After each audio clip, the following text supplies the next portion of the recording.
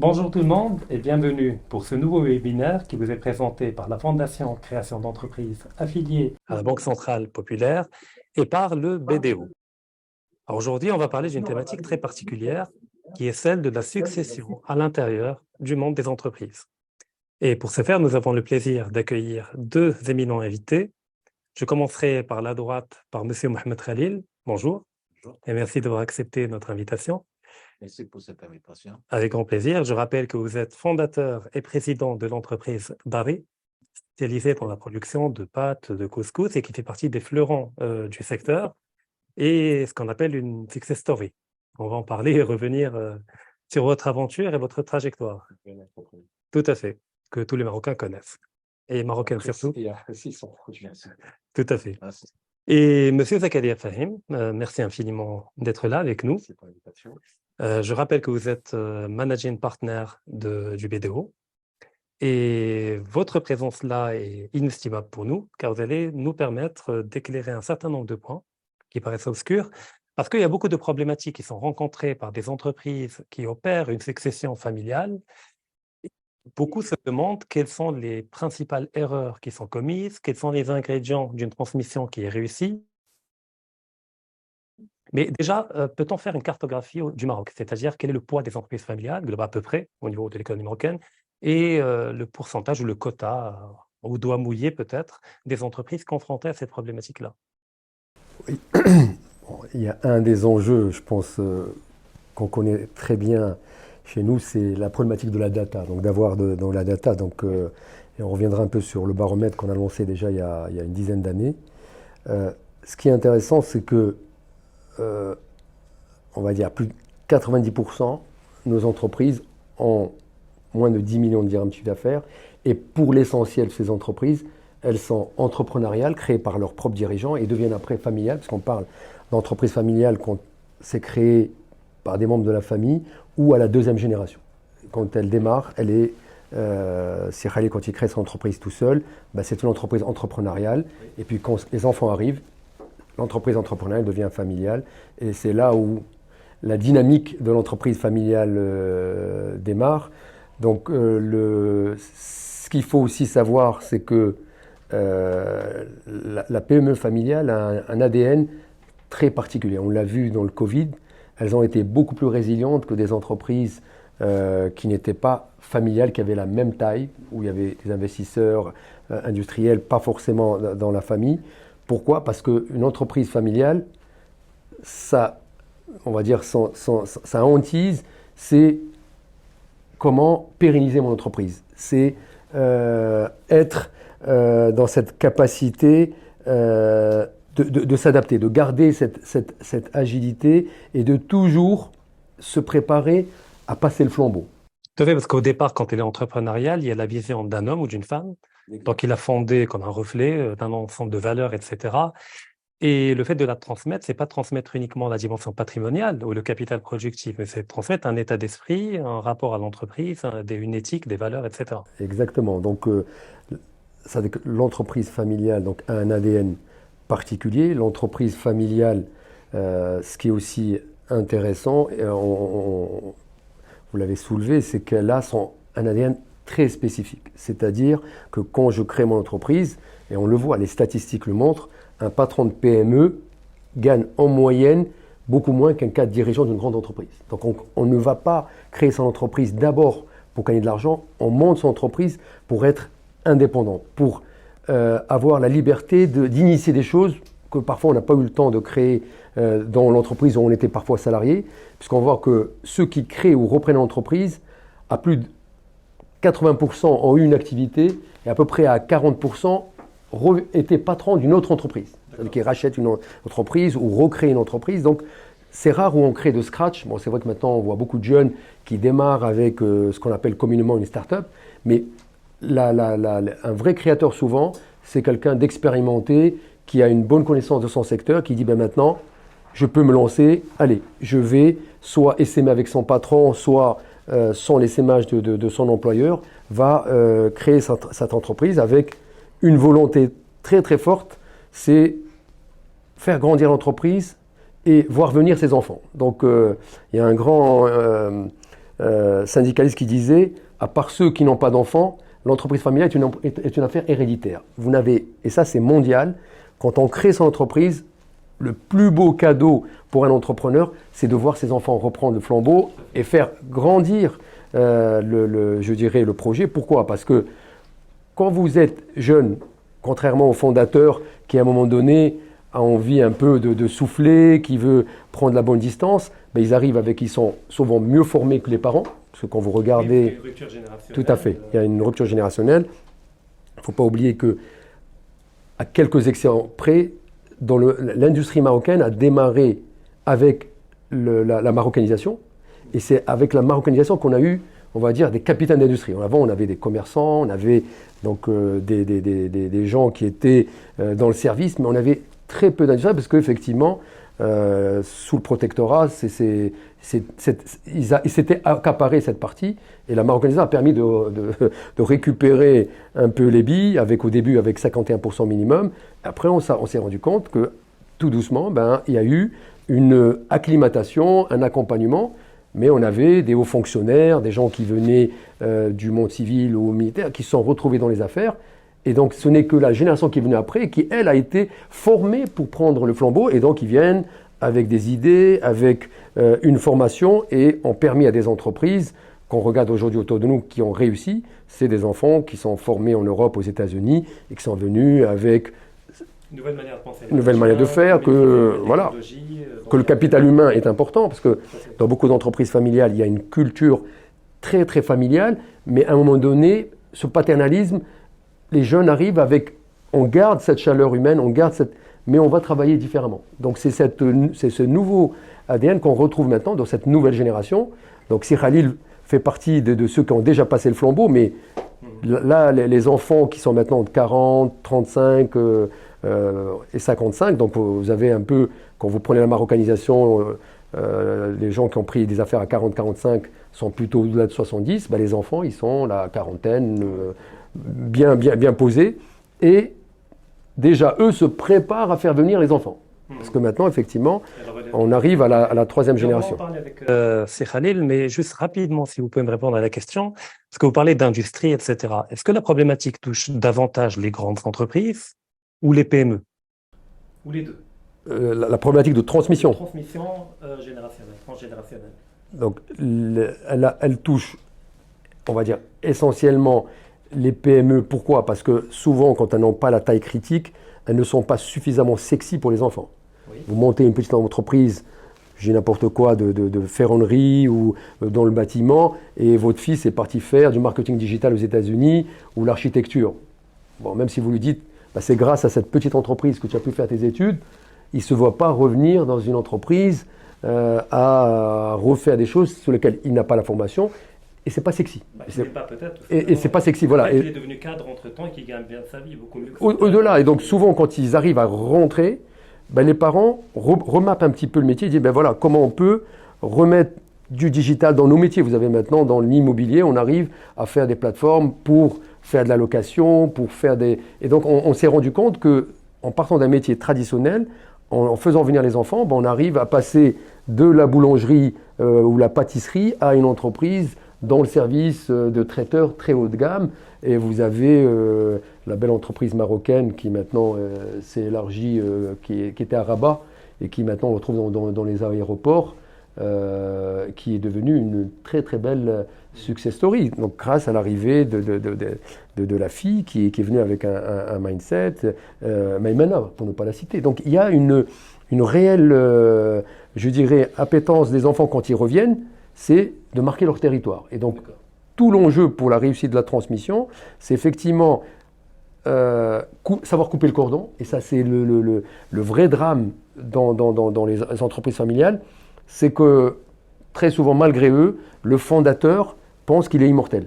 Donc, il faut lui expliquer qu'on peut effectivement avoir, je dirais, la longévité qu'on veut et rentrer dans la postérité, mais qu'il va falloir effectivement savoir prendre la bonne distance pour donner de l'espace aux enfants. Et c'est pour ça que vous avez des entreprises où les enfants, étant éduqués, papa, c'est sacré, donc il y a quand même une relation de père à enfant qui n'est pas toujours évident. C'est C'est pour ça qu'on dit toujours que ceux qui ont réussi très souvent, soit ont compris très bien avant que les gens comme nous arrivent, et les enfants sont rentrés dans l'entreprise dès le biberon, c'est-à-dire que quand ils sortent de l'école, ils viennent faire leurs devoirs sur un bout de la table, avant que le bureau grandisse, et donc ils voient petit à petit que la petite entreprise qui était le bureau de l'arrière-cour des parents, ben, on a maintenant un petit plateau, et puis tout doucement, ils voient... On va en parler avec voilà, ils voient l'histoire, ils voient... deux parallèles. Tout à fait. Entre les deux trajectoires. Sidi Mohamed Khalil, vous êtes à l'origine de deux réussites. La première, c'est celle de votre entreprise, et puis la deuxième est celle de la transmission à vos enfants. Alors effectivement, en écoutant ces Zakaria, on voit qu'il y a la question du lien qu'entretient le père ou la mère fondatrice avec les enfants. Est-ce que c'est quelqu'un qui est fermé, conservateur, qui refuse le changement et la nouveauté apportée par la nouvelle génération, ou bien c'est quelqu'un qui, au contraire, la voit comme une opportunité pour développer l'entreprise. Et puis, il y a le deuxième élément, c'est ce que le père ou la mère fondatrice intègre les enfants très tôt dans l'univers de son entreprise, ou bien ça vient tardivement et peut-être il y a un désintérêt. Alors, dans votre cas de figure, comment ça s'est passé? Enfin, il faut bien prendre en considération le fait que il y a un lien émotionnel avec l'entreprise. Oui, c'est le bébé. Le patron, quel qu'il soit, il a un lien, c'est lui qui a fondé cette entreprise, c'est lui qui l'a créée, qui a peiné pour la mettre en place, etc. Et puis, il faut qu'il pense à la céder. Alors, moi, si vous voulez, j'ai un parcours un peu atypique. Je suis à l'image de toutes les entreprises marocaines, des PME, peut-être moyennes entreprises que petites. Je suis à l'image des entreprises marocaines qui sont récentes, qui ont connu un développement, petit développement, c'était des gens, des commerçants, etc., comme vous disiez si bien, et qui sont devenus des grands patrons. Pas tout à fait de gros industriels, mais il y a un patronat, alhamdoulilah, depuis l'indépendance, alhamdoulilah, il y a eu beaucoup de progrès qui ont été faits. Alors, moi, j'ai eu une chance extraordinaire, c'est que je n'ai commencé mon entreprise qu'à l'âge de 54 ans. J'avais travaillé pendant des années comme directeur général, comme directeur adjoint, comme cadre supérieur dans des entreprises industrielles qui m'ont donné ce goût à entreprendre et j'avais toujours ce désir d'entreprendre. Bon, c'est arrivé un peu trop tard, mais c'est bien arrivé. Alors, c'est une chance quand même, parce que mes enfants étaient grands. Ils étaient à l'école, ils étaient à l'université, donc... mais moi, j'ai toujours vécu dans un milieu d'affaires et je les associais. Ils venaient, ils écoutaient, ils s'intéressaient. Donc, il y a déjà une première formation. Leur inculquer la piqûre, comme tu dis. Donc, ils s'imprégnaient de beaucoup de choses, des affaires, ils faisaient des calculs. Puis je les emmenais avec moi. Quand il fallait négocier, ils étaient là, ils attendaient. Mais ils écoutaient, parce que les enfants, ils absorbent tout, c'est de véritables buvards. De l'enfant, oui, exactement, la curiosité, et puis il y a la fierté du père. Oui. D'avoir un père qui travaille, qui connaît des gens, et ils ont vécu dans ce milieu. Ça m'a facilité les choses. Et puis quand j'ai créé mon entreprise, j'étais tout seul au début. Puis 3 ans après, il y a ma fille qui me rejoint, et qui a voulu travailler avec moi. J'ai dit, bon, mais pas de gros salaire, un petit salaire, le SMIC. C'est souvent ceux qui doivent payer le lot tribut parce qu'ils ont le nom de famille, il faut faire le prénom. Exactement. Moi, je n'avais pas de salaire. Bon, moi, j'avais des revenus autres, mais je n'avais pas de salaire. Donc, on faisait tout ce qu'il fallait faire pour démarrer cette entreprise. À ce propos, c'est important, j'aimerais que vous apportiez votre éclairage. Dans beaucoup de cas d'échec, c'est relatif au fait que le père ou la mère intègre les enfants malgré eux. Donc vous allez venir, même si vous rêvez de faire autre chose. Dans votre cas, c'était... C'est volontaire. De jeunes, enfin, ils ont terminé leurs études, mais ils ne sont pas allés très loin. Ils ne sont pas allés faire le doctorat, ils ont eu la licence ou le 3e cycle et puis ils sont rentrés. Donc chacun, ma fille m'a rejoint au bout de 2 ans, 3 ans, l'autre enfant 3 ans ou 4 ans après, et puis le 3e est venu 10 ans après. Mais tous sont venus, je m'étais même opposé un peu au dernier pour lui dire, écoute, toi tu es ingénieur, tu as fait une grande école, tu viens faire travailler pour les pâtes alimentaires et le couscous. Il a dit non, papa, je viens. et il faut y aller. Donc, parce qu'ils étaient imprégnés de tout C'est ça. important quand c'est positif, effectivement. Oui, oui. Ça veut dire qu'il n'y a pas de questionnement. Alors que quand vous arrivez et que vous devez un peu forcer la main, ben, comme ça a été rappelé, parfois ça peut ne pas prendre. Et c'est le grand danger, c'est de faire venir quelqu'un pour lui dire c'est beau alors que lui ne le voit pas comme ça. Donc il faut... Et comme vous le disiez si bien, c'est que quand les enfants sont préparés le plus en amont, parce qu'on considère que le plus dur aujourd'hui, c'est déjà plus facile quand l'entrepreneur a compris qu'en faisant grandir ses enfants, il se met de l'exigence. Il faut que sa boîte soit innovante, soit sexy. Exactement. Il faudrait que l'entreprise aussi soit belle. Exactement. Il faut la préparer. Vous ne pouvez pas donner à vos enfants n'importe quoi. Sinon, ils préfèrent. J'avais comme souci de préparer, de faire avancer mon entreprise, de la développer, etc., de l'embellir. Embellir, ça veut dire gagner de l'argent. Non, mais l'embellir déjà par les valeurs et par l'éthique. Oui, il y a les valeurs, etc. Parce qu'on en a parlé, j'aimerais bien que vous le partagiez également, il y a une éthique qui est effectivement. importante. Et préparer les enfants aussi à venir, à s'associer avec moi. À s'impliquer activement dans l'entreprise. Je leur donnais même des missions. Même quand ils venaient passer des vacances, je leur donnais des chèques, je dis Cyril Banca, va à la banque, dépose ça, et revient avec un cachet, etc. Donc c'est un début de formation. Mais je voulais qu'ils viennent vers moi. Le fameux stage ouvrier. Ouais. Donc il faut communiquer avec les enfants. Et les enfants, ils aiment. Ils sont responsables. Oui, ils sont fiers et puis ils veulent apprendre. Et quand un père leur parle, le langage d'affaires, etc., ils sont vraiment contents de suivre. Donc, et il fallait préparer aussi, la mariée, il faut qu'elle soit belle. Il faut la céder. C'est quoi préparer? Il faut qu'elle gagne de l'argent, qu'elle se développe. Qu'elle tourne sans vous, parce que c'est la phase zéro, c'est qu'elle tourne sans vous. Avant, il faut qu'elle il y a une culture de valeurs, d'équité, d'honnêteté, de sérieux, de transparence. Il ne faut rien cacher aux enfants. Et c'est ça qui a fait la force.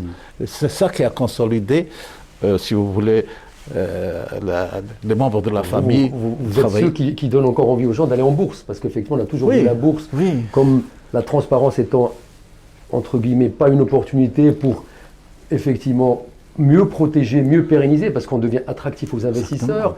Quand vous allez à l'international, comme vous le faites aujourd'hui, les gens, ils savent que vous avez des états financiers selon les normes, revues, etc. Donc ça crée tout un climat de confiance qui est la base du business. Justement, c'est ça le climat. Toute réussite est basée sur la confiance. Il faut que vous donniez confiance à vos enfants. Il faut que vous donniez, il faut que vous soyez responsable, leur montrer que vous êtes responsable. C'est pas une entreprise, c'est pas n'importe quoi. C'est des responsabilités. C'est une famille, c'est des familles, c'est des partenaires, c'est des banquiers qui vous ont prêté de l'argent, c'est des commerçants, c'est des clients, sans compter votre personnel qui est là, qu'il faut payer, etc. Donc c'est ça. Vous ne pouvez pas. C'est une lourde responsabilité et il faut que les enfants s'imprègnent de cette culture. Tout à fait. Et d'ailleurs, là, il y a un problème, en fait, on juge personne, mais des fois, il y a des entrepreneurs, hommes ou femmes, qui, durant l'enfance de leurs enfants, sont trop pris par le travail et ne passent pas ce temps nécessaire avec les enfants quand ils sont encore petits pour les intégrer, etc. Ouais. Alors, pas volontairement, méchamment, c'est juste que voilà, ils sont investis pleinement dans le travail. Et donc après, ils découvrent que leurs enfants ne sont pas intéressés par le fait de récupérer l'entreprise. Alors déjà, dans ce cas où c'est trop tard, je veux dire, on ne peut pas revenir en arrière. Est-ce que le père ou la mère peut quand même faire quelque chose pour intéresser les enfants? Aujourd'hui, heureusement qu'on a créé des espaces. Là, vous avez vu, le Maroc vient de lancer son premier institut familial, des entreprises familiales. Je ne sais pas si vous êtes dedans. Nous, on lance le baromètre depuis 10 ans. On a un portail. Donc, quand un enfant voit que le voisin, il est industriel et que son fils ingénieur ou la médecin, parce que beaucoup de gens pensent que pour être entrepreneur, il faut être technicien du métier. Il faut juste avoir le sens de l'ouverture, de l'écoute, et être plutôt un chef d'orchestre. Vous savez, un chef d'orchestre, il joue tous les instruments, il joue aucun instrument. Tout à fait. Et c'est ça un entrepreneur. Très souvent, on oublie. C'est vrai qu'on est beaucoup parti dans l'industrie par des ingénieurs qui, à un moment donné, disent bah tiens, je sais faire, je vais aller. Mais tous ceux qui ont réussi, très très souvent, pour ne pas dire toujours, se sont associés ou ont mis tout de suite des gens qui font tout ce qu'ils ne savent pas faire. Le commercial, l'administratif, parce qu'ils ont compris. Et vous regardez les plus grandes success stories mondiales, vous avez le numéro 10 qui marque les buts, mais je dis toujours en rigolant, avant Bono, personne ne voulait être goal. Aujourd'hui, tout le monde veut être goal. Donc il faut juste rendre sexy un poste pour dire que dans une entreprise, tout le monde est important et que tout le monde ne peut pas avoir la responsabilité. Et pour revenir aux enfants, nous on l'a vu, le gamin il ne veut pas rentrer dans le business, mais on ne veut pas vendre. On lui dit, voilà, tu vas rentrer, on va te faire une formation administrateur, tu vas rester uniquement dans le conseil pour surveiller un peu ton bien, parce que c'est quand même ton patrimoine, et on va recruter un DG, on ne va pas t'obliger, parce que parfois il y a des étapes pour faire que celui qui au début n'a pas envie de venir. Combien de fois on a vu l'enfant qui était pharmacien se retrouve le meilleur entrepreneur par rapport au gars qui a fait une école des affaires. Parce qu'on se rend compte, c'est pas le diplôme en lui-même, c'est cette capacité d'être en empathie avec les gens, d'avoir compris que quand tu es dans le monde industriel, il y a une proximité, il y a une culture. Et ça, c'est le tempérament. Et c'est pas forcément celui qui a fait une école de commerce qui va être le meilleur pour réussir le deuxième étage de la fusée. Le plus grand enjeu, et on le voit même à l'échelle mondiale, c'est qu'à l'échelle mondiale, il y a à peu près 20% des entreprises qui sont dans ce qu'on appelle le fameux Global 500. C'est les 500 plus grandes entreprises. C'est quand même 20%. Chez nous, aujourd'hui, dès que vous dépassez la deuxième génération, les cousins arrivent, tout de suite, la culture dit papa, maman et les enfants, ce qui fait qu'on split le business. Donc vous avez des grands groupes, pour ne pas les citer, qui ont dit, même si j'ai mis à chaque enfant derrière un business unit, ils ont créé dans la holding un garde-fou pour avoir un actionnaire qui est une fondation, pour que... Sinon, la première tendance, c'est quand le patriarcat est là, les enfants, ils sont oui, papa, dès qu'ils partent, qu'ils voulaient la partie industrie, toi tu prends le... Donc, et ça, c'est aussi la culture pour dire, on peut continuer à s'amuser, on peut continuer à faire de belles choses, tout en allant vers un projet où on n'est plus papa, maman et les enfants. Parce en parlant de culture, il y a une question d'une auditrice, alors Nabila Hiyad. D'ailleurs, elle est adressée à vous deux, et je commencerai par Sir Khalil, puis je passerai vers vous. Alors, donc elle dit qu'il y a une culture pour certains patrons d'entreprise d'éviter même de transmettre l'entreprise à leurs enfants, premièrement pour éviter que ça devienne la cause d'un conflit qui va déchirer la famille, et deuxièmement, parce que peut-être qu'il n'est pas confiant dans le fait que son entreprise va durer, qu'il y aura des problèmes, et donc il veut assurer un avenir à ses enfants ailleurs, loin de l'entreprise. Alors, dans votre cas, parce qu'on a échangé avant d'organiser le webinaire, et j'aimerais que tout le monde en profite, vous avez parlé de l'équité comme moyen d'éviter que le legs de l'entreprise ne soit à l'origine de conflits. Est-ce que vous pouvez détailler un peu? Et la légitimité également. Le but, c'est d'éviter une guerre de succession. Oui. C'est ça le principal. Et pour cela, il faut mettre les ingrédients. Il faut une équité, il faut une répartition juste vis-à-vis de mes enfants. Ils ont tous à peu près le même salaire.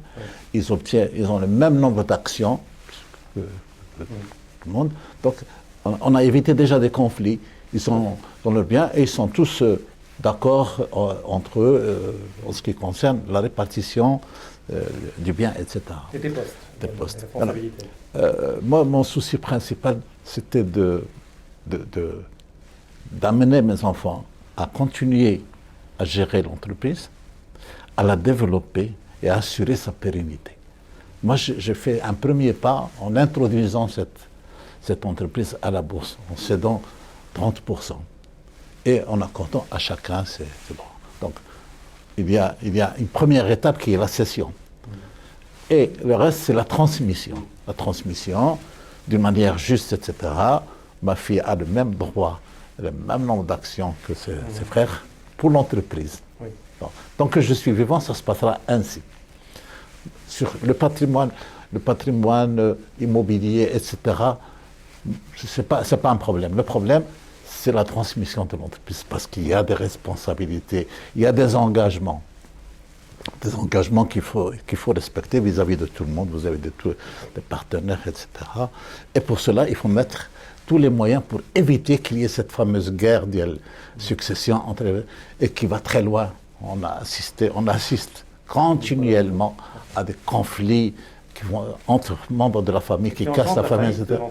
Exactement, parce que je n'en fais à personne, disons, les parents n'ont pas prévu les moyens de faire la succession. Ils ont gardé ça pour eux, jalousement. C'est pas ça, c'est pas comme ça que ça se passe. D'accord. Et d'ailleurs, j'ajouterai une deuxième question, je devrais répondre aux deux. D'ailleurs, c'est également un auditeur, il demande, enfin, il dit que le patron doit savoir le bon moment pour se retirer. C'est pas vraiment à la fin, c'est-à-dire, On il y a un considère, timing voilà, également. pour bien partir, c'est comme, ouais, est-ce que vous vendez, je sais n'importe quoi, un stylo avec le même timing qu'on vendait un immeuble? Il faut du temps. Ben, pour vendre une entreprise, encore, parce que comme ça a été rappelé, il y a beaucoup de psychologie, il y a beaucoup de, c'est-à-dire que vous avez beaucoup de fois où l'entrepreneur, la veille de la signature de la cession, il dit je veux plus vendre. Oui. C'est arrivé à plusieurs cas qu'on a eu à traiter. Donc, si je reprends le baromètre, le dernier baromètre 2021, pourquoi les gens vendent à des tiers? La première chose, c'est qu'il y a absence de relève. C'est le premier réflexe, à plus de 45%. Le deuxième, c'est qu'il veut profiter de la vie, donc il veut encaisser et profiter de ce qu'il a vendu. Et le dernier cas, donc 33 tiers, et 30%, c'est pour éviter les conflits internes. Et quand ils jugent que les enfants ne s'entendent déjà pas à l'extérieur, ils disent si je les mets dans la même boîte, on va plus avoir de famille, je veux continuer à avoir mes enfants. Et à ce moment-là, effectivement, maintenant pour revenir à ce que disait Khalil et qui est important, c'est-à-dire que moi j'ai toujours, égalité ne veut pas dire équité. Tout à fait. Et ça c'est un des vrais enjeux. Moi je dis toujours, ok, on a 3 enfants, je les aime, mais dans l'entreprise il faut un pilote dans l'avion.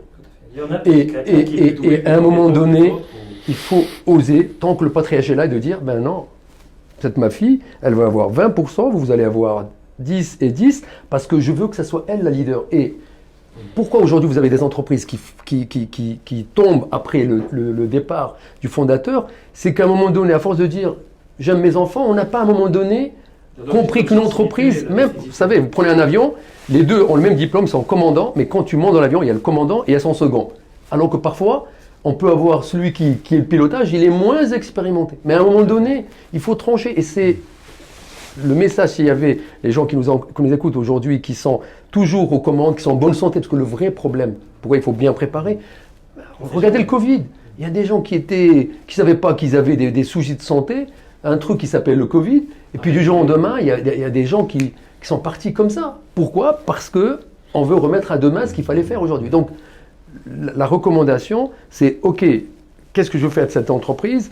J'ai 2-3 enfants. Effectivement, quand on a que des filles, c'est des gens qui vraiment posent le sujet de la préparation. Ceux qui ont des garçons, ils disent je suis sécurisé parce que lui, il voit tout de suite qu'il n'y a ni son frère ni personne qui va venir l'embêter. Et ils ne vont pas plus loin que déjà dire j'ai cédé. Parce que je dis céder, c'est déjà bien. Après, c'est quand je mets en place un conseil de famille, quand je mets en place un pacte familial, comment je gère?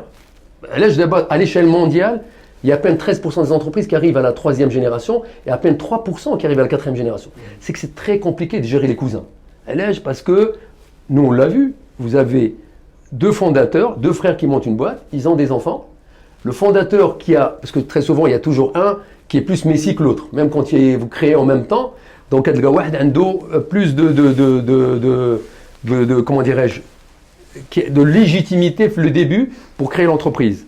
Donc, quand la 2e génération, c'est le fils de second qui n'avait pas la légitimité, qui est lui le plus leader, ben si le père, c'est-à-dire que un des 2 fondateurs n'est pas suffisamment smart pour dire ok, c'est pas mon fils, mais cette entreprise elle ne m'appartient plus, elle appartient à la communauté, et donc si c'est lui qui est légitime, ben, très souvent ça ne marche pas parce que vous avez parfois le conjoint qui dit t'as pas fait tout ça pour donner ça à ton neveu, et on rentre dans des choses qui font que vous avez beaucoup de TPE et même pas des PME au Maroc parce qu'on n'arrive pas à dépasser les cousins parce que c'est très compliqué de partager le pouvoir. Vous savez, il y a beaucoup de patrons de PME qui disent que je préfère donner un gros salaire que de partager. Parce qu'effectivement, jusqu'à il n'y a pas longtemps, il n'y avait pas une justice qui fonctionne, on ne pouvait pas faire des pactes, se préserver. Et c'est là le vrai sujet. Et d'ailleurs, il y a une question par rapport. Donc, déjà, il y a un problème d'ordre culturel des fois, parce que dans certains PME, il y a cette logique patriarcal, patrilinéaire, qui fait que peu importe le niveau de compétence des enfants, c'est l'aîné de sexe masculin qui doit être... Ça commence à tomber. Heureusement, d'ailleurs, c'est effectivement important, mais dans certains cas, il y a quand même encore ce problème culturel, alors que la fille, peut-être, elle est infiniment plus brillante et plus intéressée par le sujet. D'ailleurs, il y a une question, vous parliez de la bourse, parce que vous avez intégré la bourse, et ce qui a permis de répartir de manière intelligente et fluide les parts de l'entreprise. Il y a une question. Est-ce qu'au Maroc, d'ailleurs pour vous deux là encore, la législation ne décourage-t-elle pas une transmission, c'est-à-dire le coût fiscal? Est-ce que ça coûte cher ou pas? Alors déjà au niveau de la bourse, quand vous l'avez fait, est-ce que ça a semblé que ça coûte trop cher ou que ça décourage, ça s'est fait fluidement? Non, franchement, le coût est négligeable par rapport à ce que vous allez récolter. C'est trois fois rien. Il y a des petits coûts. Maintenant, ils sont presque annulés. Et puis, il y a la prise en charge de la bourse qui finance une grosse partie. Donc, moi, je crois que s'il y avait une autre entreprise à introduire en bourse, je l'aurais fait. D'accord. Et le choix de la bourse, est-ce que vous l'avez fait volontairement? Le choix de la bourse a été fait volontairement. Pour faire la transmission? En partie. En partie. D'accord. En partie. Il y a une première session et c'est elle qui m'a encouragé à aller à la transmission. C'est grâce à la bourse que j'ai dit, bon, ben, maintenant, attendez, c'est autre chose. Hein. C'est une autre affaire, une belle affaire. C'est une autre affaire et qu'il faut la transmettre et assurer sa continuité. Et là, le poids, c'est un poids lourd à traîner. Non seulement vous avez 30% d'épargnants, investisseurs qui vous ont fait confiance et auxquels vous devriez rendre des comptes, etc. Mais en plus, il faut continuer cette entreprise, il faut la développer, etc. Et c'est la raison pour laquelle j'étais amené à dire, bon, ben, il faut qu'il y ait un responsable. Et moi, je suis rentré à la bourse, j'avais 63 ans, 64 ans. Très jeune. Doucement, hein. Donc il faut penser à l'avenir. Et moi, actuellement, je les accompagne dans le développement. Je ne suis plus dans l'opérationnel. Consultant. Président. Donc un tout petit peu plus que le consultant, parce que président. Avec la piqûre, avec le fondateur, il reste. Et c'est nécessaire de le faire, parce qu'eux-mêmes ont besoin de quelqu'un qui est là, qui les surveille, etc. Et puis ils mûrissent. Ils ont mûri, mes enfants. Et ils sont impliqués très fortement dans cette entreprise parce qu'ils l'aiment, parce qu'ils l'ont fondée aussi. Et avec moi, ils l'ont créée, nous l'avons créée ensemble. Et elle est appelée à se développer. Aujourd'hui, nous sommes connus un peu partout. C'est un ambassadeur du Maroc. C'est une petite référence en toute modestie. Une belle référence. Très très belle référence. C'est d'ailleurs par rapport à la bourse c'est une vitrine. C'est-à-dire déjà quand on y entre, c'est qu'on est transparent, c'est qu'on gère bien l'entreprise. Et d'ailleurs j'ai une question par rapport à ça, parce que vous connaissez un peu le monde de l'industrie, etc. Dans beaucoup de cas, les entreprises familiales n'osent pas aller à la bourse parce que premièrement, il y a un problème de transparence des fois dans la manière de gérer. Et deuxièmement, il y a le fait de voir les actionnaires qui vont rentrer par rapport aux flottants comme étant des intrus, des étrangers qui entrent dans la famille comme si ils entrent par effraction dans la maison. Est-ce que vous remarquez que ça change en termes de mentalité? Parce que vous avez franchi le pas. Ça n'a pas dérangé d'avoir 30% de votre capital avec des étrangers que vous ne connaissez pas. Oui, mais c'est un moyen de vous développer aussi. Exactement. On vous donne du jour au lendemain. Sans s'endetter, parce que c'est ça. Sans vous endetter, du jour au lendemain, en une semaine, vous avez le gros paquet et qui vous permet de vous développer. Oui. Puis peut-être une chose que tu oublies de citer, mais qui est très importante, c'est que quand tu vas en bourse, tu n'es plus obligé de donner ta caution personnelle. Parce que ça, c'est une chose. Fini, on a enlevé toutes les cautions. Que beaucoup de gens oublient et que beaucoup de patrons ne dorment pas à cause de ça. Les patrons de PME, c'est qu'aujourd'hui, je ne veux plus grandir parce qu'on me demande ma caution. Exactement. Donc, ça libère l'énergie et au contraire, il ne faut pas oublier, quasiment dans tous les schémas au Maroc, on a un flottant entre 20 et 30 000, il y arrive à 30, donc le maximum c'est 40, mais on est plutôt à 20. Donc ça ne perturbe pas la gouvernance, mais au contraire, ça vous donne comment dirais-je, le minoritaire qui peut venir un peu vous titiller, mais dans le bon sens, parce que ça vous permet de dire, je ne peux plus faire n'importe quoi. Des dividendes, des chiffres. Voilà, il va vous obliger à penser un peu à court terme, parce que très souvent, le chef d'entreprise est souvent le dernier à se servir. Alors, il est souvent qui parce que son niveau de résilience, son attachement pour l'entreprise fait qu'il va toujours dire, c'est pas grave, mes salariés d'abord, après je vais voir. Et pour revenir, vous avez parlé des gamins qui, souvent les parents, c'est très compliqué de trouver le fameux équilibre vie privée, vie professionnelle pour ceux qui ont créé les boîtes. Ouais. Donc, si on n'arrive pas tout de suite à les embarquer très tôt, on n'est pas... Effectivement, les Américains vous disent, s'il y a une profession qui n'a pas de maîtresse, c'est les entrepreneurs. Parce que leur maîtresse, c'est leur entreprise. Donc, il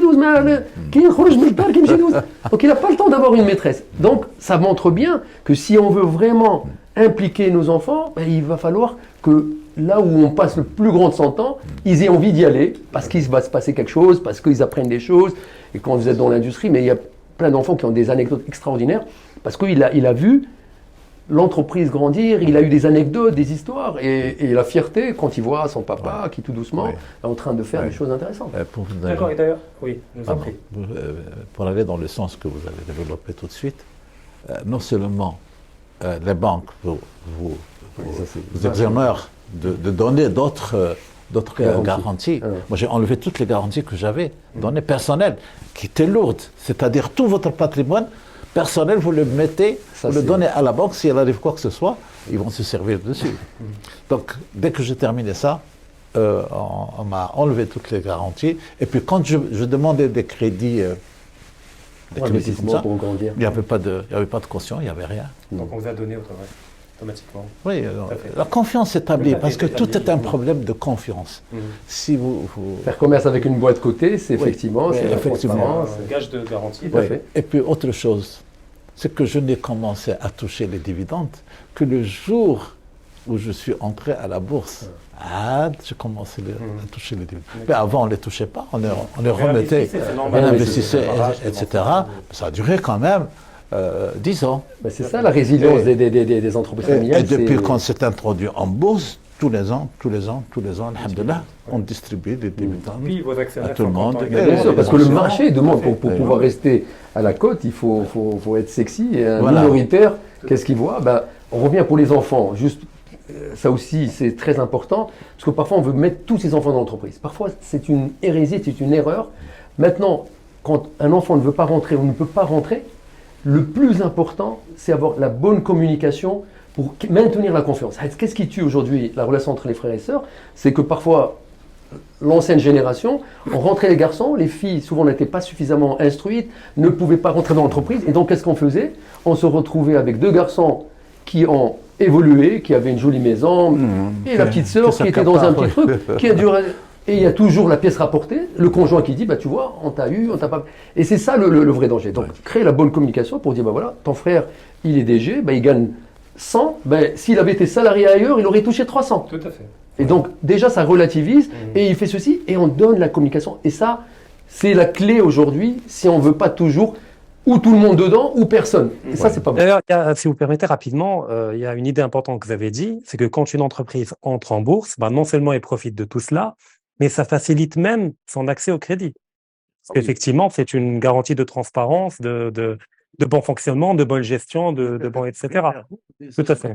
On est là, hein. Oui, tout à fait. Avec oui, bonifié aussi. tout à fait. Etc., sans garantie. D'accord. Et d'ailleurs, il y a beaucoup de questions là encore, on n'a pas répondu par rapport à la barrière fiscale. Alors, quand il y a une entreprise qui ne veut pas passer par la bourse, par exemple, mais qui veut transmettre, que dit la fiscalité au Maroc par rapport à ça? Est-ce que c'est vraiment cher, pas cher? Ok, deux choses. Si vous transmettez... Les impôts, la fiscalité, quand on transmet une entreprise en dehors de la bourse. Quels sont les moyens déjà de transmettre, les différents mécanismes, et puis la fiscalité? Donc si on transmet aux enfants, il y a deux choses.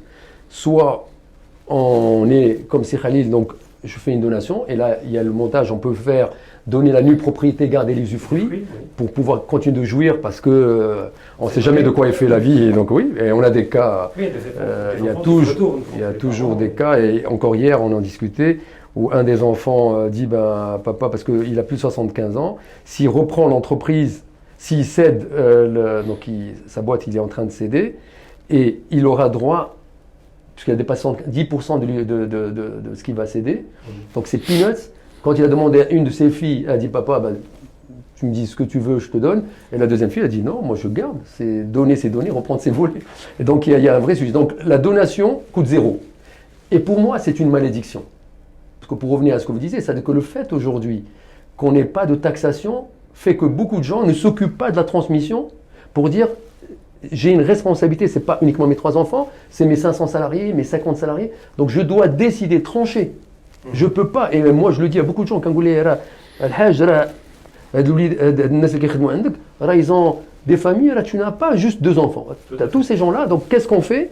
Donc tu dois préparer la relève et t'assurer que demain tu as bien un pilote dans l'avion et ne pas attendre le décès pour dire on va voir. Et ça, c'est même, je leur explique que religieusement, là, on revient, l'égalité ne veut pas dire équité. C'est-à-dire que j'ai une responsabilité. Je vois qu'un enfant, il est plus à même, ben, je ne peux pas. C'est ma responsabilité de donner. Et donc, beaucoup de gens ils disent, ben non, moi, c'est mais oui, mais maintenant, tu as quelque chose, tu dois, et on essaie d'expliquer qu'il n'y a pas d'infraction à la religion pour pousser. Donc, pour moi, il n'y a pas de taxation, c'est un vrai sujet. Maintenant, on peut, pour contourner le problème, quand j'ai 3 enfants et je veux être équitable, par exemple, je dis ma fille elle est plus performante dans l'entreprise que mes garçons, mais je veux être équitable. Qu'est-ce qu'on fait? On évalue son patrimoine, entreprise et externe, et on dit ben voilà, ça vaut 100, je veux leur donner 33 chacun. Ben elle, je vais lui donner 51% de la boîte pour qu'elle soit pilote, mais par contre, sur les autres biens, j'ai évalué, elle aura moins. Et ça permet compenser un peu. Voilà. Et c'est ce que je dis souvent, c'est qu'il faut vraiment ne pas toujours aller dans les extrêmes. Je donne un tiers à chacun parce qu'une entreprise, c'est un pilote. Et il y a des moments où les enfants s'entendent très bien et il y a un des enfants qui devient leader tout de suite, naturellement. Les enfants disent Ntawa le patron. Donc, allège parce qu'il sait parler à ses frères et sœurs, il sait être écouté. Ça peut pas, c'est pas forcément l'aîné, et le papa il surveille un peu, quand il voit que c'est confirmé, c'est lui qu'on va. Et donc, il va acter, j'ai pris acte, c'est comme dans les films, le parrain, il fait le bisou, et donc ça veut dire que c'est ce que je dis aux entrepreneurs, n'hésitez pas à un moment donné, trancher. Oui. Mais des fois, d'ailleurs, même quand on applique un schéma d'équité, et pas uniquement d'égalité aveugle, qui est un nivellement en réalité. Alors, quand l'entrepreneur le fait très tard, c'est-à-dire juste avant de mourir, pour le dire rapidement, eh ben, des fois, il y a des enfants qui peuvent contester la donation qui a été faite avant en disant qu'il n'avait pas tout son esprit et que voilà, là, pourquoi ma sœur a touché la même part que moi alors que normalement dans l'héritage c'est les 2 parts, etc. Et puis il y a des cas où des fois les enfants contestent la donation. Il faut assurer. Donc, là, Et donc, il y a des cas sur le terrain. C'est-à-dire que là aussi, ce que j'ai toujours à un entrepreneur, vous avez passé 30-40 ans à développer. C'est toujours difficile de s'occuper de son entreprise parce qu'il y a de l'émotion. On ne peut pas prendre le bon recul par rapport à son entreprise. C'est pour ça que quand vous prenez un expert comptable, votre conseiller qui, lui, peut avoir la bonne distance parce que lui, il va enlever l'émotion. Il va essayer d'être factuel pour vous dire voilà comment je vois les choses et voilà pourquoi vous devez aller à droite et à gauche pour garder, même si c'est très compliqué, des décisions factuelles.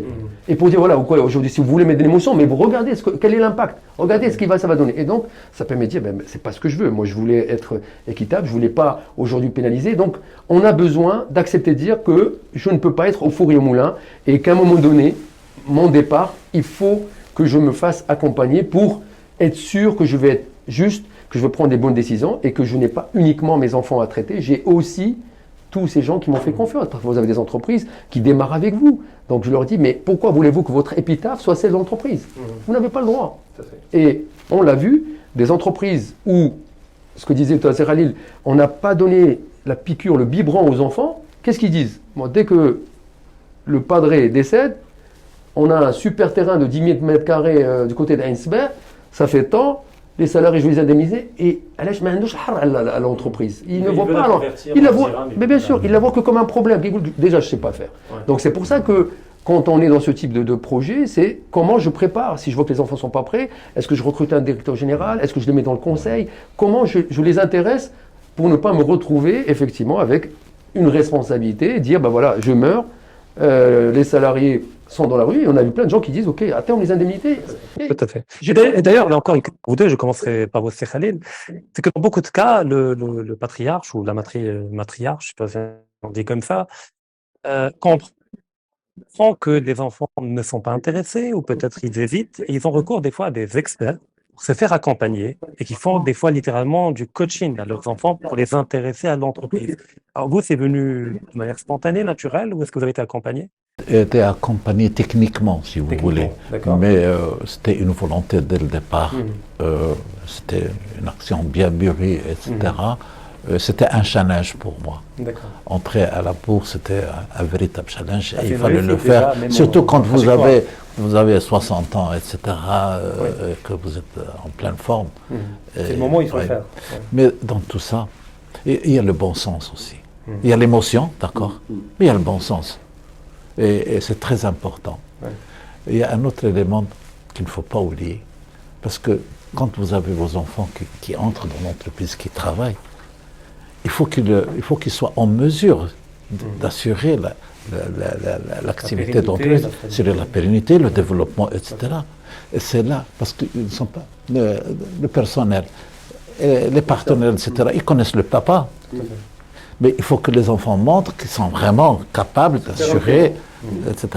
Et ça assure, ça garantit une certaine légitimité que cette personne, même jeune, même s'il a 30 ans et qu'il est le patron, les gens lui font confiance. Le personnel également. Ils sont très regardants, très attachants. Bien sûr, bien sûr. Dernier point, quelque chose de très important. C'est la femme, la mère de ces enfants-là, qui aide, qui contribue, qui apporte beaucoup de choses, beaucoup de sérénité, beaucoup de cette instabilité. C'est la partie immergée de l'iceberg, parce que mais c'est souvent la oui, réussite du mais oui, moi je n'ai pas réussi tout seul.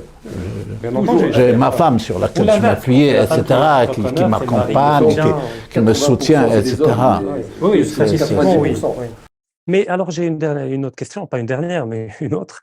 Alors j'imagine que alors, vos enfants, effectivement, il y a une complicité, etc. Mais des fois, au niveau professionnel, des fois, il y a des désaccords qui peuvent être très durs, même très frontaux.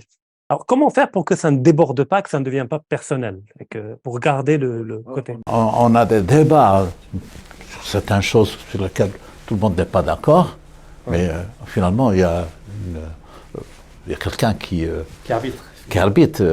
C'est moi et tous le respectent. C'est pas quelque chose de... Pas d'autorité, loin de là. Il y a un consensus. Et j'essaie, par tous les moyens, de créer cette ambiance, ce climat de consensus. Il y a un consensus qui doit se faire. Mais c'est pas méchant. Mais après, on devient... c'est Khalil, on devient papa, on devient... La légitimité, ça donne une responsabilité, c'est clair. Parce qu'effectivement, tant que le fondateur est en bonne santé, qu'il a cette capacité de faire driver, les enfants, en règle générale, ils suivent. Maintenant, ce que j'ai toujours, qui est très important, c'est après, what next. Et c'est pour ça que je reviens. Donc, quand on a la chance d'avoir 3 enfants qui s'entendent bien, un qui sort du lot, le père, il a presque rien à faire. Mais parfois, c'est pas toujours évident. Vous savez, quand vous avez 2 attaquants et un poste qui est voilà, il faut trancher.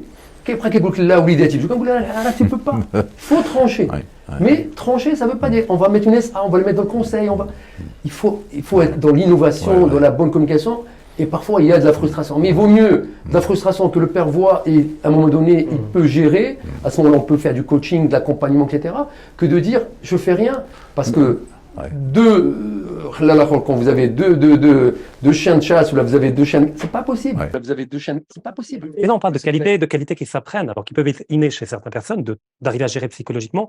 Mais d'ailleurs, une question à ce propos pour vous deux également, et je commencerai par vous, c'est Zakaria Fahim. C'est une question de Ahmed Moujane. Alors, il dit assurer le transfert exige un savoir-faire et un savoir tout court qui n'est pas dispensé dans les écoles et dans les universités. Donc, est-ce qu'il y a aujourd'hui un moyen je sais pas, d'acquérir ce savoir-faire, ces techniques de transmettre, et transmettre, c'est pas uniquement céder, c'est également, voilà, ce qu'on vient de dire depuis le début. Et puis, quel expert il faut voir, c'est-à-dire si on veut se faire accompagner. Donc. Moi, je dis toujours, l'avantage de l'expert comptable, c'est un peu le médecin interniste de l'entreprise. Il vous voit le jour où vous arrivez avec votre pic cartable et le jour où vous allez faire votre première commande, et quand ça se passe bien, il vous voit grandir, et si c'est vraiment, il est dans sa mission, il est en capacité de mettre le doigt pour dire juste, là on va aller. C'est pas forcément celui qui aura la réponse à tout, mais qui doit vous donner les orientations pour dire où est-ce qu'il faut toquer. Donc ça, c'est le bon expert comptable, parce qu'il va vous permettre. Donc maintenant, c'est sûr qu'à un moment donné, je suis dans un carrefour, il faut prendre à droite et à gauche. Pourquoi on dit qu'il faut il faut d'intuition, il y a des moments où il faut oser. Et c'est pour ça que tout le monde ne peut pas être entrepreneur. Tout à fait. Je répète ce que je disais tout à l'heure, l'institut qui a été créé, donc nous par exemple on a monté des self-assessments sur le baromètre transmission.ma.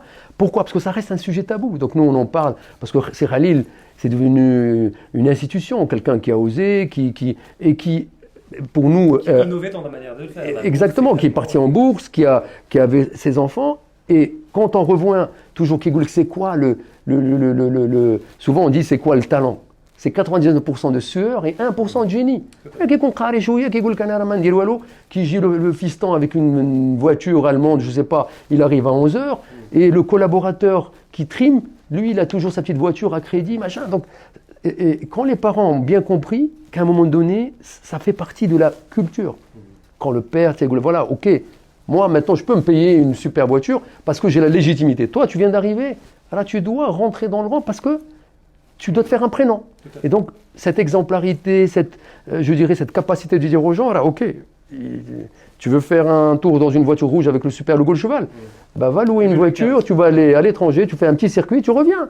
Donc, il faut expliquer à ces enfants que si on veut leur rendre service, c'est qu'à un moment donné, il faut qu'ils comprennent dans quel environnement. Si je dois leur donner, sinon, si je vois qu'ils ne sont pas en capacité, et c'est pour ça que vous avez des gens qui aboutissent pas, parce qu'ils se disent, je ne peux pas la donner en l'état, donc maintenant il faut se préparer, donc c'est organisé, donc ça c'est encore jouable, et parfois je ne peux pas parce que mes enfants ont une autre vie, mais j'ai envie de garder l'entreprise. Et on a eu des cas où aucun des enfants n'était là, mais on a recruté un directeur général, on a monté un board, et les enfants ils viennent 2 fois par an, on fait un truc super sympa, et ça a permis de les acclimater, de voir bien finalement, et on est en train de sentir parce que l'avantage qu'on a, c'est que en Europe et aux États-Unis, c'est pas toujours la panacée. Et à un moment donné, il y a l'envie de rentrer au pays, et puis ils se disent, finalement, je voyais pas qu'on pouvait faire ça avec papa, donc je peux finalement ouvrir ça, et il trouve son chemin,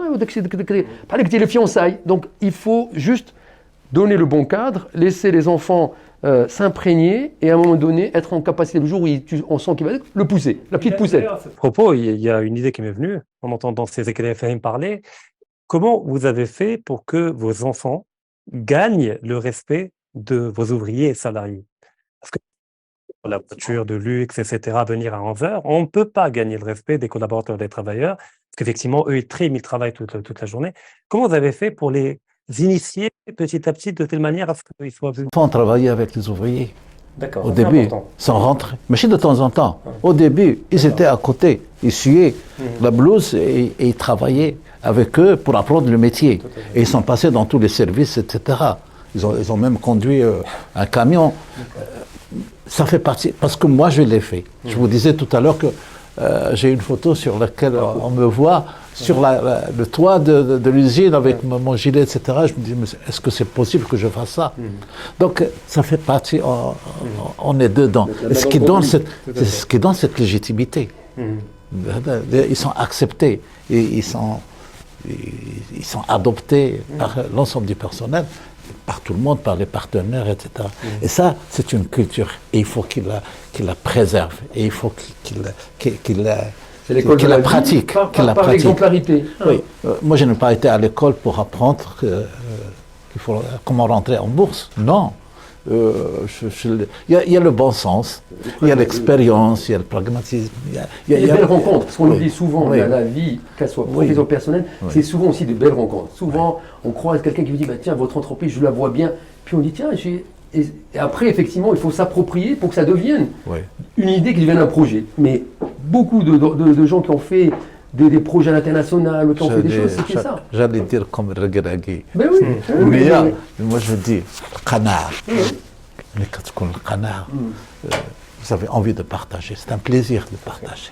Moi j'ai partagé 30% de mon entreprise. On ne peut pas être heureux tout seul. Vous ne pouvez pas être heureux tout seul. C'est ça le bonheur. Sacha Guitry disait, il vaut mieux être plusieurs sur un bon coup que tout seul sur un mauvais. Ça paraît tellement évident. Alors malheureusement, on est limité par le temps, mais il y a quand même encore quelques questions. La première, c'est quel est le meilleur choix du véhicule juridique pour anticiper la transmission? Il n'y a pas. Donc, Il n'y a pas de meilleur, c'est différent. c'est-à-dire que si j'ai envie demain de rentrer en bourse, la société anonyme est un véhicule parce qu'il y a un conseil, il y a une gouvernance qui est de facto ouverte. Si maintenant je vais transmettre à mes enfants, même la SARL aujourd'hui ne pose plus de problème parce que je peux mettre un conseil de famille, je peux mettre une gouvernance. C'est-à-dire que la gouvernance, c'est un mindset. C'est vrai que quand vous êtes en société anonyme, elle est de facto posée parce que vous avez un auditeur. Parce qu'on parle souvent, moi je me rappelle quand je disais commissaire aux comptes, les gens entendaient commissaire. Oui, Wow, commissaire. Donc après j'essaie de dire, je viens vous accompagner, ou le cas de l'auditeur, le cas de Zouna. Mais commissaire, commissaire, qu'est-ce que c'est commissaire? Donc, oui, le boulet, ça. Mais ça, dans beaucoup de cas, ça m'a aidé. Parce que le commissaire, qu'est-ce qui est très clair? Quand le compte pchouille, qui est donc surtout les kharajti fi aynik. Donc il est très intéressant de comprendre que il y a pas de ça qu'on peut. Si on sait où on va, le véhicule est très accessoire. C'est un non-sujet. Le vrai sujet, c'est qu'est-ce que j'ai envie de faire de cette boîte. Est-ce qu'effectivement, on n'a pas parlé, mais vous avez beaucoup d'entreprises qui ont cédé à leurs salariés.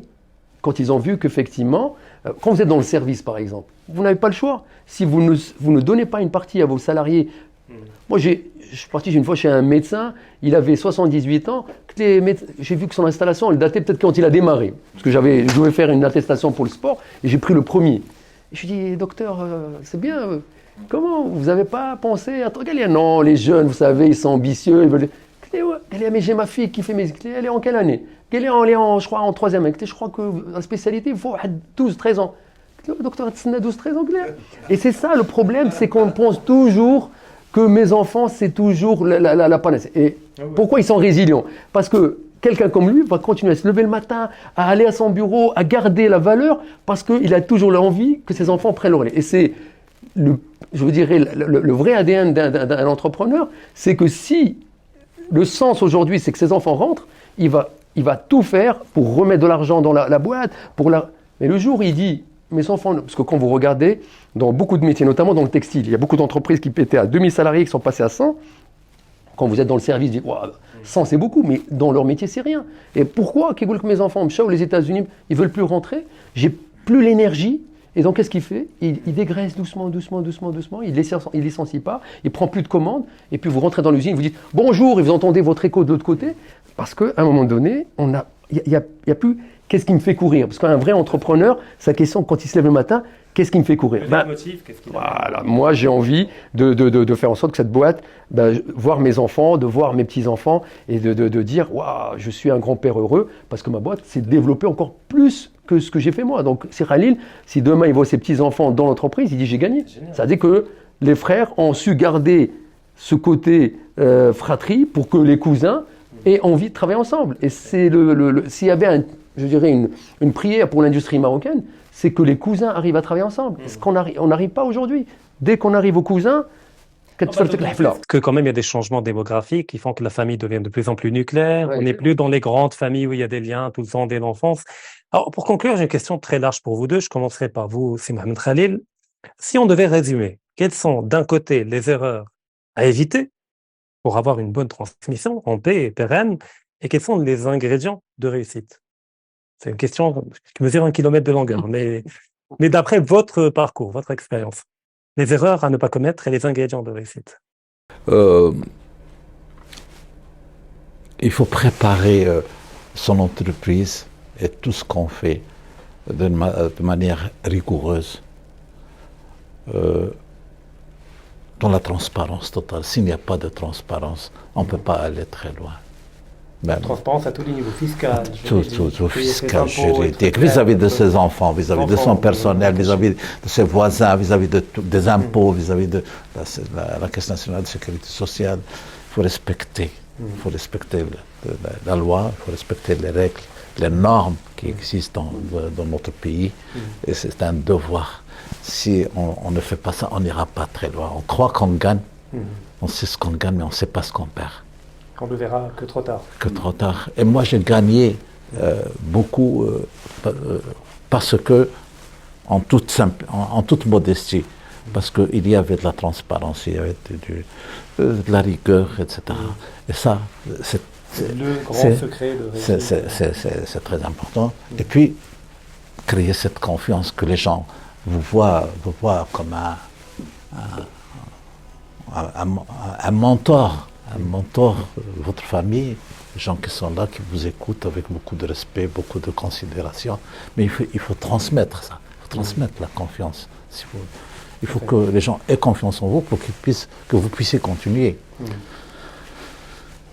Et puis être proche, que vous l'avez évoqué tout à l'heure, de vos enfants et de les impliquer très tôt dans l'univers de votre secteur, de votre entreprise. Ça, c'est incontournable. Oui.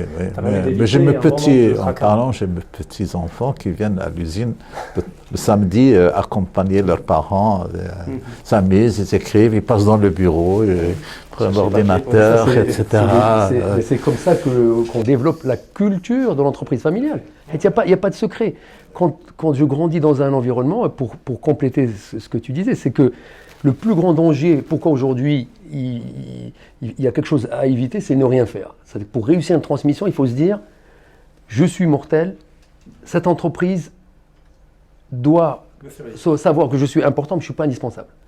Et malheureusement, beaucoup d'entrepreneurs, on revient au mot très important que tu as dit, la confiance. C'est vrai qu'avant, il n'y avait pas de législation, qu'on pouvait être copié par son salarié, il partait, il dit voilà, je l'ai formé. Moi, j'avais des gens qui me disent, mais pourquoi je vais le former, il va demain, il va... Aflan, Ranta, quand je connais ton parcours, là, s'il n'y avait pas ces gens qui l'ont fait, tu ne serais pas là. Et parfois, là, je reviens toujours à l'expert comptable, parce que nous, on peut dire ce que le collaborateur ne peut pas dire, lui dire sa vérité avec bienveillance, mais dire, c'est comme ça qu'il faut voir les choses. Aujourd'hui, Maroc PME finance 80% de l'audit de la situation, comment réussir sa transmission. Donc on peut financer jusqu'à 80%. Aujourd'hui, vous avez des fonds qui arrivent pour vous soutenir, parce qu'effectivement, je n'ai pas envie de m'endetter, mais j'ai envie de développer mon business. L'avantage d'un fonds, c'est qu'il rentre et vous savez qu'il va sortir. Parce que le vrai problème, contrairement à la bourse, c'est que l'entrepreneur, il adore le pouvoir. Il aime bien être le patron, que personne ne vienne l'embêter, etc. Parce qu'il vient m'embêter. Donc, on lui dit, oui, parce qu'il y a une contrepartie, mais ça va te faire progresser.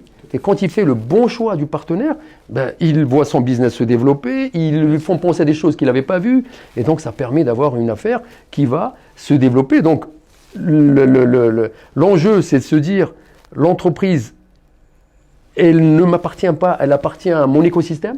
Donc, et beaucoup d'entrepreneurs aujourd'hui ont ce sens de la responsabilité pour dire, attention, même si mes enfants, et maintenant on le voit, nous l'étude, à peu près 60% des gens qui commencent à dire, ok, j'ai pas de problème, alors qu'avant il était 10% de moins à dire, je peux céder à l'extérieur. Alors qu'avant, c'était inimaginable. D'abord, ok, allez, je vais vendre, alors qu'avant c'était la honte, c'est-à-dire que quand les enfants ne reprenaient pas, non, c'est le Il y a peut-être un juste milieu, alors je vais te demander votre avis. Alors imaginons, il y a une mère ou un père qui a des enfants qui ne sont pas intéressés par la boîte, mais qu'il veut quand même, peut-être pas transmettre, comme on l'a expliqué, mais léguer. Et donc, il introduit en prise en bourse. Il vend, par exemple, 60% du capital qu'il ouvre à des étrangers, mais il laisse à ses enfants uniquement une part minoritaire pour les dividendes. Il n'est pas obligé. C'est un moyen de le faire. On peut faire différemment, donner que pour le flottant de 40%. Donc, ça permet au papa d'avoir du cash s'il a envie de s'amuser, parce qu'il peut faire une partie augmentation, une partie en cash pour bénéficier de la fiscalité. Il peut aller jusqu'à un tiers. Et garder 60%. Et les enfants, comme je disais tout à l'heure, les mettre dans le board. Et ça veut dire qu'ils n'ont aucune responsabilité management, mais ils sont uniquement en charge. Ils peuvent devenir administrateurs, aller recruter des administrateurs indépendants et venir 2 fois, 3 fois. Au pire, rester associés et nommer des administrateurs indépendants et devenir. Donc, effectivement, on n'est pas obligé, ce que je l'avais déjà dit, on n'est pas obligé de vendre, mais à un moment donné, il faut trancher. Et c'est pour ça que quand l'entrepreneur, il avait dit le conjoint est très important, parce que qui aujourd'hui, souvent nous, pousse le dirigeant à venir. Vous avez celui qui a eu des problèmes, parce que le voisin a eu un accident, a eu un truc, et bon, ça peut m'arriver. Celui qui a que des filles, donc lui là, celui qui est marié à une étrangère, donc des mecs qui viennent traiter, parce que le conjoint l'oblige, qu'il voulait chauffer mes filles ou la nage. Et puis, le conjoint, de façon générale, a l'influence que ne peuvent pas avoir les enfants. Parce qu'il peut dire, je veux que tu te reposes un peu, tu vas te ménager, laisse les enfants travailler, et même quand le conjoint n'est, entre guillemets, pas on va dire le président sur la carte visite, c'est souvent lui qui peut donner les super orientations. C'est pour ça qu'on dit toujours, celui qui décide, c'est souvent pas celui qu'on voit. Donc la maman a un rôle très structurant dans tous les projets qui fonctionnent bien, parce qu'elle arrive à trouver le bon équilibre, elle arrive à dire au père ce que les enfants ne peuvent pas dire, donc elle devient un peu cet ambassadeur. Après, effectivement, à un moment donné, il faut garder raison, garder de dire, il ne faut pas hésiter à aller chercher des gens, que ce n'est pas honteux. Il y avait un grand coach qui disait, quelle est la personne que vous ne voyez pas dans cette salle? Il disait, c'est vous-même. On ne peut pas se coacher soi-même. C'est quand on prend des décisions qui sont émotionnellement importantes, il faut qu'il y ait quelqu'un qui ait le recul pour trouver les mots justes, pour que vous puissiez les accepter, puis après, les transcrire en décision. Donc, parfois, ce qui tue beaucoup de nos entrepreneurs, c'est cette incapacité de trancher, de dire « Inch'Allah, ghadi nchouf ghada ». Mais quand ils voient, par exemple, pourquoi c'est bien d'avoir des gens qui ont tranché, qui le ressemblent? Parce que quand vous avez quelqu'un de pieux, quelqu'un qui est honnête, qui vous dit « Ben voilà, moi j'étais honnête, je suis bien ». Alors que beaucoup de gens qui voulaient que, ben non, payer ses impôts, il faut être, comment dirais-je, un peu bêta. C'est-à-dire qu'ils vous disent qu'ils payent encore. Et donc, quand on arrive à démontrer qu'au contraire, quand vous êtes innovant, ben c'est un peu comme aux États-Unis, plus vous payez, plus vous êtes considéré comme quelqu'un de plus citoyen. Ça veut dire que vous gagnez bien votre vie. Et puis vous léguez à vos enfants, pas une bombe à retardement. C'est ça, la fameuse. Exactement. Il y a de la fierté qu'on doit retrouver, qui fait que on aura plus de gens qui vont venir dire je veux venir au Maroc pour travailler que de jeunes qui vous disent je veux partir. Parce que si vous voulez garder les talents, il faut leur donner un cadre, il faut leur donner. Et les entreprises familiales qui constituent plus de 90%, c'est le plus grand réceptacle. Donc quand vous avez des entrepreneurs comme Sir Khalil qui disent le capital humain, c'est ça mon moteur, c'est ça mon engine aujourd'hui dans mon entreprise, il va accompagner, il va former. Moi j'ai toujours, quand je forme quelqu'un, il part au il traverse la justice, vous avez tout gagné. Alors vous avez des gens qui me chient, mais qui prêchent. Donc c'est ça que je dis aujourd'hui, n'ayez pas peur de transmettre, c'est le plus beau cadeau qu'on peut avoir. J'ai dit de l'argent, investis dans une start-up, dire chez Haja, occupe-toi de la cité, occupe-toi c'est ça y est, tu as le ticket pour. Et puis, il y a des fois même des chefs d'entreprise qui, quand ils transmettent leur entreprise, transmettent également une partie du capital aux salariés les plus jeunes, qui étaient là depuis le début. Enfin, il y en a qui le font. Après, ça dépend des cas. C'est rare. C'est très rare, mais. Jour, on a suffisamment de maturité, au moins le canard. Oui, pour le faire. Mais il faut déjà bien les soigner. Tout à fait. Quand ils travaillent avec vous, leur payer leurs droits, leur payer des avantages, etc. Très souvent, si vous n'associez pas, vous le perdez, parce que votre vrai capital, c'est l'humain. Donc, dans l'industrie, très souvent, on ne le voit pas très bien, parce qu'il y a les machines, machin, on dit, bon, je peux le remplacer, etc. Mais dans le service, pour nous, l'humain est très important. Nous, on le voit dans nos métiers, vous n'associez pas, vous perdez vos talents. Donc, il y a... Je pense que c'est fini aujourd'hui, les séparation. Non, mais beaucoup le pensent à tort, mais je suis d'accord, Voilà. à tort. Aujourd'hui, c'est l'homme. C'est clair. C'est l'homme, c'est la femme. Vous le voyez, c'est clair. Les machines, vous appuyez sur un bouton, vous programmez, vous donnez un logiciel, il vous sort ce que vous voulez. Mais c'est l'humain derrière. qu'est-ce qui est derrière? Parce qu'on a de le réel à l'entreprise, qu'on oui. est fier de se dire. Moi, j'ai, pour finir, une anecdote d'une boîte familiale. Il me dit aujourd'hui, mes salariés sont payés 20% du plus du marché.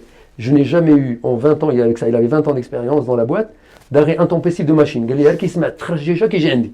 Il y a mes concurrents, ما بيعتبروهم كي انت اوفريه صاحبي واش تتكلم الماكينه ديالك تفسر ليها لا جينو قال لي je connais mes gens leurs histoires, les anniversaires des enfants. Donc cette proximité, ce qui fait que l'ouvrier ما يقدرش يسمع التخرجيجه. Je n'ai jamais eu d'arrêt intempestif de machine depuis 20 ans. Et mes concurrents, tous les 4-5 ans, ils font de la veille technique. Bien sûr. Ils voient l'entreprise comme une deuxième famille, pas comme un endroit qui les exploite, qui les matérialise. Stabilité. Quand vous respectez vos collaborateurs, quand vous dites que dans toute la chaîne de valeur, vous savez qu'aujourd'hui, il y a des boîtes qui ont découvert que le coursier, parfois, pourrait être le plus dangereux dans la boîte parce qu'il avait l'info et pouvait la vendre. Parce que quand vous lui donnez dessous et que lui peut vendre l'information à des concurrents, etc., mais quand vous le valorisez, mais si vous le prenez pour la cinquième roue du carrosse, vous êtes mort. Khalil, est-ce que vous voulez conclure un mot pour la fin? Un dernier conseil, salvateur, pour les... Je rappelle, moi j'ai retenu... Moi, je dis que le Maroc est en train de changer. Et tant mieux, et pour le mieux. En bien. Et je suis très optimiste. Et je suis heureux aujourd'hui de dire qu'il y a une génération de jeunes comme vous qui ont fait le Maroc. Le Maroc ne s'est pas fait comme ça. Il s'est fait avec des gens d'un certain âge par des Marocains, pas des étrangers. Tout à fait, ceux qui ont- Et là, c'est une grande fierté pour Tout à fait. moi. Et j'espère, Inch'Allah, que le Maroc se portera bien, qu'on soit Inch'Allah. à Rayed del Nadem el Fouk. Exactement. On le souhaite. Tanja ila al-Gouera. Voilà. Baha min baha wa kariha min karih. C'était les Karim, un mot pour conclure. Vraiment, donc, Pensez pour la route. pour la route, si nos gouvernants nous écoutent, il faut qu'on sorte aujourd'hui le Small Business Act parce que dedans, il y a une vraie thématique sur la transmission des entreprises familiales et il faut qu'on considère que small is more than beautiful. Aujourd'hui, on peut être une PME familiale et être stratégique dans une région et parfois on oublie que c'est cette granularité qui fait ce que c'est en train de dire c'est Khalil, que les gens restent dans les régions parce qu'effectivement il y a des capitaines d'industrie qui aujourd'hui sont soutenus, sont accompagnés. Donc c'est vrai que maintenant on a un fonds, on a pas mal d'outils. Donne des écosystèmes. Voilà. Il faut continuer à sortir de l'axe Casaraba et écouter tous ces entrepreneurs qui sont dans les régions et les accompagner. Messieurs, merci infiniment pour tous ces éclairages et d'avoir accepté notre invitation. Et je remercie également toutes les personnes qui nous ont suivis. Et je vous donne rendez-vous très prochainement pour un nouveau webinaire. Merci.